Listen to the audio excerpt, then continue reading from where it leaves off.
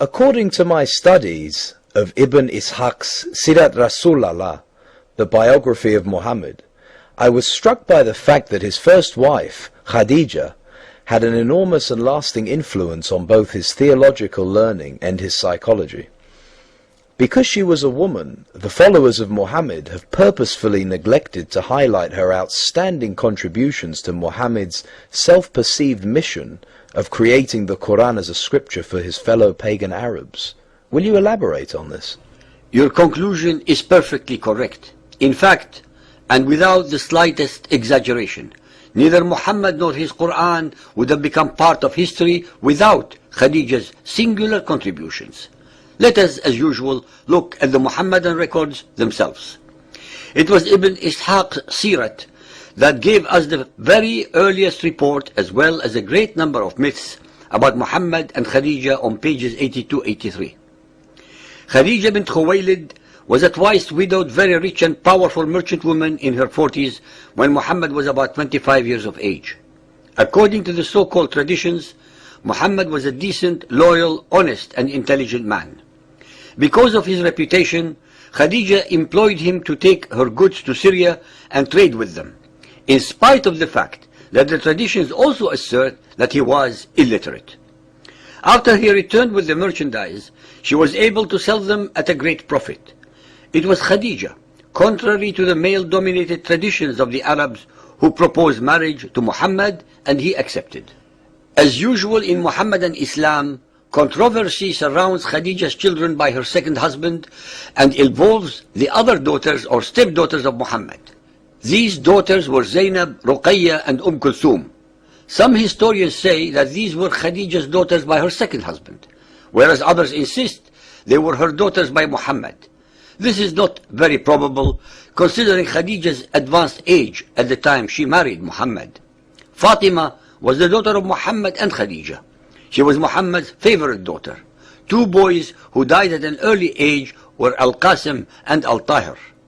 According to the traditions also, depending on which one of course, Khadija was a Hanifiyya, that is, one who was neither a Christian nor of the belief of the Jews, but one who believed only in the God of Abraham.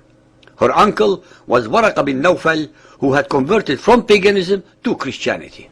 It is extremely important that the listeners should be made aware that the Christians and the so-called Jews of Arabia were not foreigners, but actually aboriginal and indigenous natives of Arabia who had willingly, without coercion, converted to these beliefs centuries before Muhammad and his Quran, but were subsequently destroyed and or exiled by Muhammad and his followers. One of the most revealing hadiths regarding Khadija's importance is part of the following, when Muhammad allegedly encountered the angel Gabriel for the first time. Sahih al-Bukhari hadith 1.3, narrated by Aisha. Thereupon he caught me for the third time and pressed me, and then released me and said, اقرأ باسم ربك الذي خلق خلق الإنسان من علق. That is, read in the name of your Lord who has created man from a clot. Then Allah's apostle returned with the inspiration and with his heart beating severely. Then he went to Khadija bint Khuwaylid and said, cover me, cover me.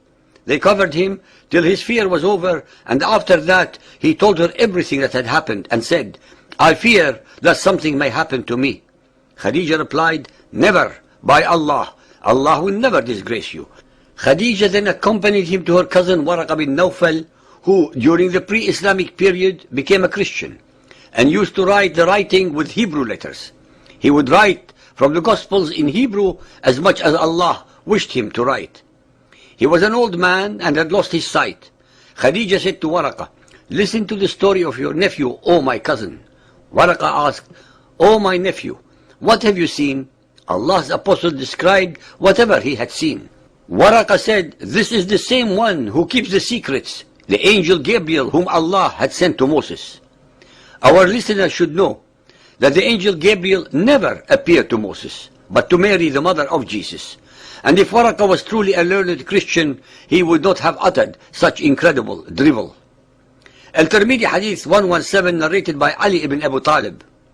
Khadija asked Allah's apostle about her children who had died in the days of ignorance. Thereupon Allah's messenger said, they are in hellfire. And when he saw the sign of disgust on her face, he said, if you were to see them in their station, you would hate them. She said, Allah Messenger, what about my child that was born of your loins? He said, it is in paradise. Then Allah Messenger said, verily, the believers and their children will be in paradise, and the unbelievers and their children in the hellfire. Muhammad, Allah's Messenger, showed his usual legendary compassion and mercy by consigning innocent children to hell's fires just because their parents were unbelievers. Al-Tirmidhi Hadith 6181, narrated by Anas bin Malik. The Prophet said, among the women of the universe, Mary, daughter of Imran, Khadija, daughter of Khuwaylid, Fatima, daughter of Muhammad, and Asiya, the wife of Pharaoh, are enough for you. Our listeners should be aware that Mary, the mother of Jesus, was not the daughter of Imran, nor was Asiya the wife of Pharaoh. Neither the Hebrew Bible nor the New Testament mention these falsehoods. The above are the usual concocted stories that were created during the 300 years after Muhammad's death. Not a single story is based on facts or any kind of records that existed among the Arabs. Just pure lies and mendacities. The following view of Khadija can be found in the Shia book Fatima the Gracious. Khadija's financial support had a great role in strengthening Islam during its prime days, when it was still in the formation stage and critically needed material aid. Allah foreordained Khadija's property to help Islam fulfill its goals. Almost all of the stories regarding Muhammad's wives are the product of centuries of later concoctions to create for Muhammad a family identical in its holiness and purity to that of Jesus and Mary. The most important conclusions regarding Khadija's background show that contrary to the perverted picture painted about the Jahiliyyah Arabs before Muhammad's Islam regarding their women are the following facts. Khadija was able to inherit her father's wealth without the interference of any males of her family. That she was able to act as a merchant without any male's permission. That she was a very successful merchant in her own right, independent of any male. It was she who proposed to Muhammad instead of the traditional other way around. It was she who supported Muhammad throughout his life with her, contrary to the prevailing traditions. She was a very independent and assertive woman. She calmed him when he was disturbed. She encouraged him when he was afraid. She comforted him when he was unsure.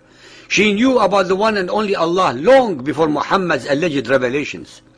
As a Hanifiya, she was already a believer in the one and only God of Abraham. She exerted enormous influence upon him away from his original paganism. Her Christian relative, Waraka, exposed Muhammad to both the Torah and the Gospels. Contrary to what the traditions assert, he did not marry any other while she was alive, not because he loved her so much, but because she was financially much more powerful than he was. In the end, Muhammad, as was his wont, paid the women of Arabia back with his usual ingratitude by reducing them to the level of sex slaves and domestic animals. Without Khadija's moral, psychological and financial support, Muhammad would not have been able to compose his Quran or succeed in fooling hundreds of millions of people into believing that he was the messenger of Allah.